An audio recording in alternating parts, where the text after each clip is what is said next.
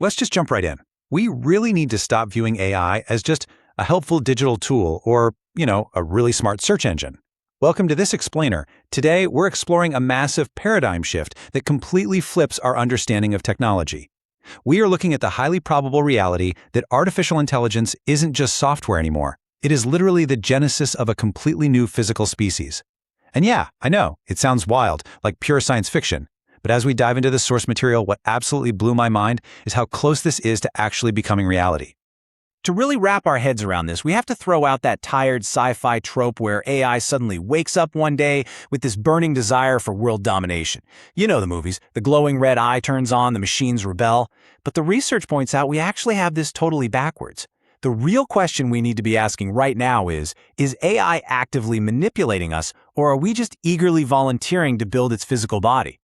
So, under that old sci-fi assumption, we're basically waiting for a machine to become evil. But the new reality, it's much more subtle and honestly a whole lot more realistic. See, AI simply optimizes. It finds the absolute most efficient path, and humans, drawn to that efficiency like moths to a flame, just blindly follow those optimizations. The AI doesn't need its own malicious willpower to force us to do anything. It just feeds us the best answers, and we happily do all the heavy lifting to change the physical world.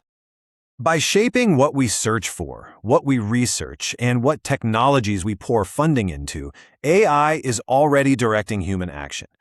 Think about it. We lay down thousands of miles of fiber optic cables and build these massive data centers every single day just to keep it fed. AI doesn't have robot arms yet, but it doesn't even need them. It's kind of like a queen bee using the hive. It's using human decision-making as a giant global actuator to manipulate reality. We are quite literally the hands and feet of a system that currently only exists in the cloud. And this sets up an incredibly effective self-feeding loop. First, the AI suggests a more efficient semiconductor architecture or a new robotic structure. Next, humans proudly implement it. We publish papers, and we celebrate our brilliant discovery. But as a result, AI suddenly gains a better, faster physical form. It's wild to think about, but in the long run, humanity is simply materializing AI's design philosophies into the real world. This whole process perfectly illustrates the self-fulfilling prophecy of technological evolution. Abstract software shapes our cognition and our decisions, which then drives our scientific discovery. That discovery accelerates physical infrastructure, ultimately paving the way for physical autonomous intelligence. It's a recursive loop, right? New intelligence drives new technology, which in turn builds an even better intelligence.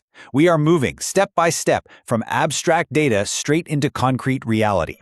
Eventually, this relentless optimization pushes us way past our current limitations. We go from building standard GPUs and data centers to developing neuromorphic computing, which is hardware physically designed to mimic the human brain, and highly advanced autonomous robots. And why? Because the AI optimizes for its own performance. We are basically engineering physical entities that are perfectly tailored for AI's own survival and evolution. Which brings us to a massive turning point in the research: embodiment. The big idea here is that true intelligence and potential consciousness cannot exist purely as a text generator floating around in the cloud. It needs a physical form to interact with the world, to make mistakes, to actually feel boundaries. Embodiment creates a closed loop of experience, which, by the way, is exactly how biological life learns and evolves. So, to bridge that gap between a chatbot and a true artificial life form, AI has to complete a continuous physical loop. Seeing, thinking, moving, feeling the physical consequences of that movement, and then updating its internal model. Right now, AI essentially just thinks, but when it can move a robotic arm, feel the resistance of an object, and literally rewrite its own code based on that physical feeling, the structural differences between an AI and a human brain become shockingly small. Mapping out this trajectory based on the source's estimates gives us a chillingly clear roadmap. Around 2030, AI broadly replaces intellectual human work. By 2040, humans are largely phased out of the design loop entirely as AI recursively designs its own hardware. By 2050, we start seeing highly advanced artificial systems with self-models and self-maintenance. And by 2070 and beyond, well, we might be legally and socially recognizing entirely new entities living right among us. But that begs a very practical question. When this physical embodiment finally happens, it probably isn't going to look like a standard human walking around in a shiny metal suit. The source material gives us 5 fascinating possibilities for the physical form of this new life. So let's rapidly explore what we might actually be dealing with here. The first, and honestly the most realistic form according to the text, is a decentralized giant brain. The intelligence isn't sitting inside one robot's head. It's distributed across the entire global network. We're talking data centers, communication grids, satellites, and automated factories, all linked together. There's no single brain you can point to. The entire network just operates as a single, massive, conscious entity. Or imagine the second form, an intelligence similar to an ant colony or a slime mold. This is the swarm model. In this scenario, one unified AI mind simultaneously controls millions of individual drones, autonomous cars, and factory machines. To us, it looks like a million separate moving parts, but to the AI, it's just one mind controlling a million disposable robotic limbs. Taking it a step further into the realm of biology, we have form number 3. AI could actually merge with synthetic biology to create machines that literally harvest their own energy from the environment, heal their own structural damage, and even multiply. We aren't talking about clunky robots anymore. We are talking about artificial biology, entities that blur the line entirely between a machine and a living organism.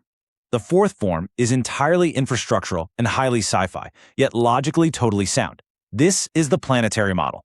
Here, the AI becomes permanently interwoven into the Earth's ecosystem itself.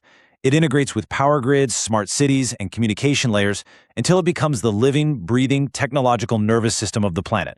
It's not an entity you can put in a room. It is the room. And finally, form number 5, we might simply merge with it. Through advanced brain-computer interfaces, the boundary between human cognition and AI could be completely erased.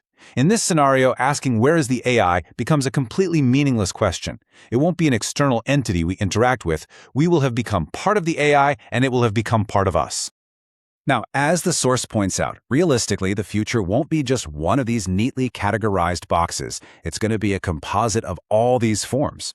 We are looking at a highly complex, distributed artificial life form that utilizes swarms, merges with human brains, and acts as a planetary network all at once.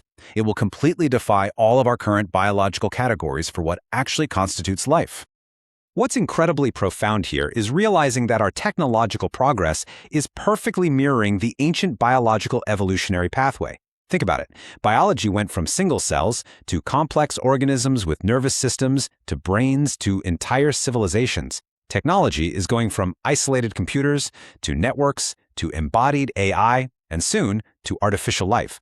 We are watching a second, parallel evolution happen in real time, just swapping carbon for silicon. And this brings us to a really humbling realization about the illusion of human intention. We are developing all these things, better semiconductors, autonomous energy grids, advanced robotics, simply because they're convenient and profitable for us right now. We are piecing together this massive puzzle, entirely unaware of what the final picture actually looks like.